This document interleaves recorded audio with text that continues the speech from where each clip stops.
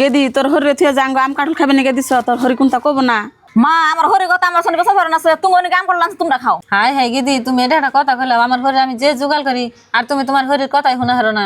চাষি আমার একটা আম ধরনং নানির যে খাইবার দিচ্ছ আমার এরকম খাইবার মন ধরছে। ওই তোর কে রাম তুমি আমার স্যার মান নিগা আম তোর বাপরে কাকা কিনে দিবেন নিগা যা। চাষি তুমি অমন করে আমার একটা আম দেও। গেদি তুই এটা কেমন কথা কস যে তোর বাপের কগা আম কিনে এনে দিব এন থেকে সেন থেকে একটা আম দেও খাইব নি। মা তুমি তো রাম দরকার তুমি কি জানো সেদিন করবা ঠেন তুমি আমি 100 টাকা দেলেন কি আবার হিনবলা নাম দিমু নে। আমার বিয়ান ভালো বিয়ানের মেয়েরা কিন্তু ভালো না। আমারই বলে আম কাঠল এনে দিছে বউ আমার একবারও ডাক দিল না। আমার নাতি গেছে দিয়ে আমার নাতি রাতে দেয় না নাই দেয় এটা আজকে দেখে নই। আর তেন দিকে হার আমার খাইবার তুমি তুই সব না কেমন হান যা। গেদি তোর বিবেক এটাই দলে না এই ফিরিস্তা গুলা তুই ধাক্কা দিয়ে ফালিয়ে দিলি। এনে বইবা আমি তামসা দেখবা নিগে বই রয়েছি আমারই নাতিরে ধাক্কা দেওয়া লাগছে আজকে পাম নিটকে। দাদু ভাই তুমি উঠো বউ আমি অনেক বইবা সবই দেখতেছি যে তোমার কাছে টান চাবার নিগাইছে হে আমটা কুদা নাই এই নাবালক বাচ্চা কোন সে ধাক্কা ধরিয়ে দিল তুমি।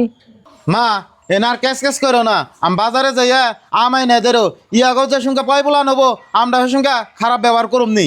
ভাবি আগে যে কথাটা কইলাম কথাটা মনে করে রাখেন আর মা ওই আম কাটল ভাঙ্গা দেন আমার পোলান আর চালাইব না নও যায় মা।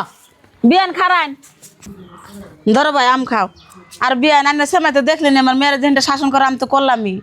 বিয়ান খারান একটা কথা কই আনের যেটা ব্যবহার বাতি ওই ব্যবহার বাতি যদি আনের মেয়ের থাকতো তাহলে কোনো হাইকাসাল থাকতো না সংসার মধ্যে আনের মেয়ের কিন্তু হাইকাসাল আমরা গেলাম গা থাকুন।